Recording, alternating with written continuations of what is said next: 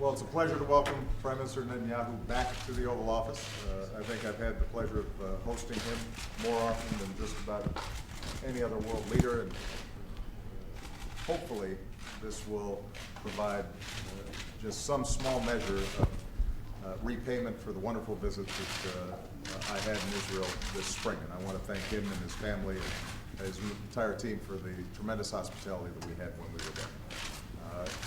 Prime Minister and I were just talking about the fact that these are hectic times, and nowhere is that more true, obviously, than in the Middle East. And so we had an opportunity for a wide-ranging discussion about a range of issues. I commended him for entering into good faith negotiations with the Palestinian Authority in discussing how we can resolve what has been obviously one of the biggest challenges for a very long time in the region. And both Prime Minister Netanyahu and President Abbas have assigned outstanding negotiators.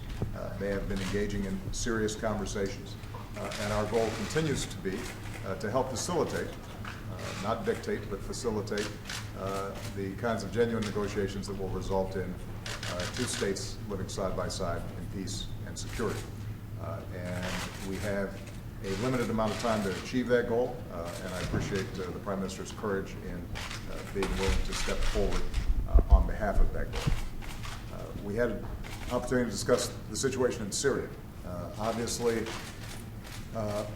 we have a broad set of strategic concerns in Syria.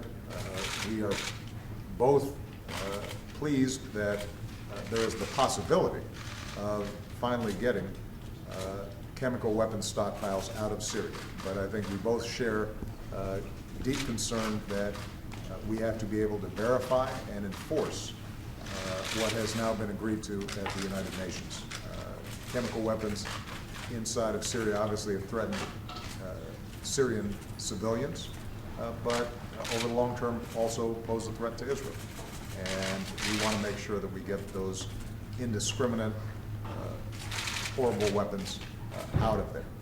And so we are consulting with the international community on these issues, and I shared with the Prime Minister our belief that we have to move with speed and dispatch and actually making sure that the agreement that was arrived at in the United Nations is followed through on. In addition, we have the larger question of how to deal with the civil war that's taking place in Syria, and given Israel's significant interests in the spillover effects of activities there, we will be consulting very closely with them.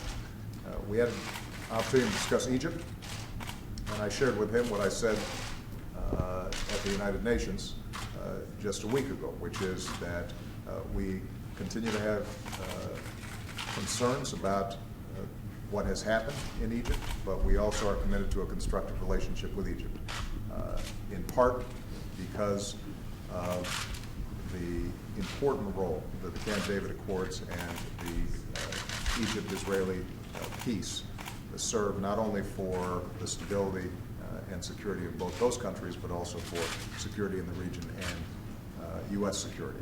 So we will continue to work with the Egyptian government, although urging them and pushing them in a direction that is more inclusive and that meets the basic goals of those who originally sought for more freedom and more democracy in that country. And we had an opportunity, obviously, to discuss Iran. Both the Prime Minister and I agree, since I came into office, that it is imperative that Iran not possess a nuclear weapon. That is important for American security. It is important for Israeli security. It's important for world security, because we do not want to trigger a nuclear arms race in the most volatile region in the world. And given the statements and actions from the Iranian regime in the past, the threats against Israel, the acts against Israel, it is absolutely clear that words are not sufficient, that we have to have actions that give the international community confidence that, in fact, they are meeting their international obligations fully, and that they are not in a position to have a nuclear weapon. What I also shared with the Prime Minister is that because of the extraordinary sanctions that we have been able to put in place over the last several years, the Iranians are now prepared, it appears, to negotiate. We have to test diplomacy. We have to see if, in fact, they are serious about their willingness to abide by international norms and international law and international requirements and resolutions. We, in good faith, will approach them, indicating that it is our preference to resolve these issues diplomatically. But we enter into these negotiations very clear-eyed. They will not be easy, and anything that we do will require the highest standards of verification in order for us to provide the sort of sanctions relief that I think they are looking for. So we will be in close consultation with Israel and our other friends and allies in the region during this process. And our hope is that we can resolve this diplomatically. But as President of the United States, I've said before, and I will repeat, that we take no options off the table, including military options, in terms of making sure that we do not have nuclear weapons in Iran that would destabilize the region and potentially threaten the United States of America. In all of this, our unshakable bond with the Israeli people is stronger than ever. Our commitment to Israel's security is stronger than ever. And we are very much looking forward to continuing to work with our friends in Israel to make sure that U.S. security interests are met, Israel's security interests are met, but hopefully that we can also bring about greater peace and greater stability in a region that has been racked with violence and tensions for far too long. And I appreciate the Prime Minister's views. He's always candid, and we're always able to have not only a good working relationship at the Prime Ministerial level, but also because of the outstanding work that our staffs do. So, Mr. Prime Minister, welcome. Thank you very much. Thank you. Well, Mr. President, thank you for welcoming me and my delegation on what I know is a very busy day for you. In Washington today, there are many things on your plate. But I know that you know, and the American people know, that there is no better ally, more reliable, more stable, more democratic, other than Israel in a very broad, dangerous place. So I welcome the opportunity that we're having to discuss how we work closely together to address the enormous challenges that face both of us. And I think of those, the most important challenge is preventing Iran from developing nuclear weapons. I appreciate deeply the fact that you have made clear that you remain committed to this goal. I also appreciate the statement you made that Iran's conciliatory words have to be matched by real actions. Transparent, verifiable, meaningful actions. Iran is committed to Israel's destruction. So for Israel, the ultimate test of a future agreement with Iran is whether or not Iran dismantles its military and nuclear program. We have a saying in Hebrew, we call it Mivchan HaTotza'ah. You would say it in English, what's the bottom line? And the bottom line, again, is that Iran fully dismantles its military nuclear program. In this regard, I wanted to express my appreciation to you for the enormous work that's been done to have a sanctions regime in place to thwart Iran's pursuit of nuclear weapons.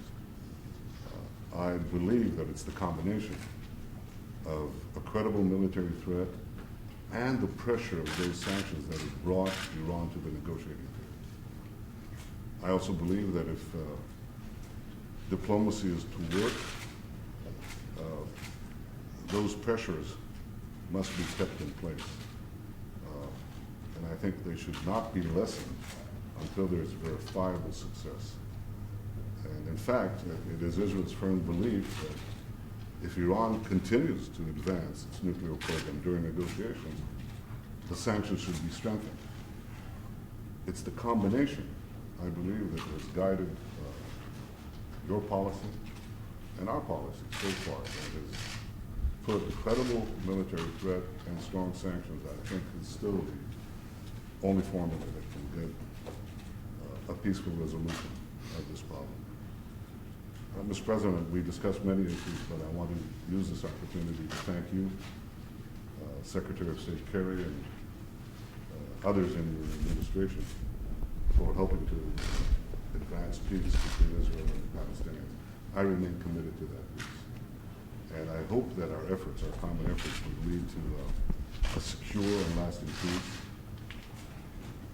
We know that for peace to endure, it must be based on Israel's capacity to defend itself by itself. And I hope that we can achieve a stark transformation that will give a better future for us and our Palestinian neighbors. And who knows, one day, with our other neighbors as well.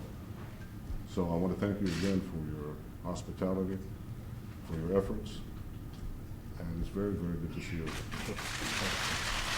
Mr. President, are you resigned to a government shutdown at this point, and given how close we are to the midnight deadline, have you had any conversations with Speaker Boehner over the past few days? I am not at all resigned, and I'll have a chance to obviously speak more to this. I'm going to have a cabinet meeting this afternoon, and may have some further thoughts for the press as the day goes on, but the bottom line is that the Senate has passed a bill that keeps the government open, does not have a lot of extraneous issues to it, that allows us then to negotiate a longer-term budget and address a range of other issues, but that ensures that we're not shutting down the government and we're not shutting down the economy at a time when a lot of families out there are just getting some traction and digging themselves out of the hole that we've had as a consequence of the financial crisis. And I've said before, Congress has two responsibilities: pass a budget, pay the bills. And I am not only open to, but eager to have negotiations around a long-term budget that makes sure that we're investing in middle-class families, helping the economy grow, giving people who are working hard a leg up, and greater security and stability, and deals with some of our long-term challenges in terms of debt and deficits.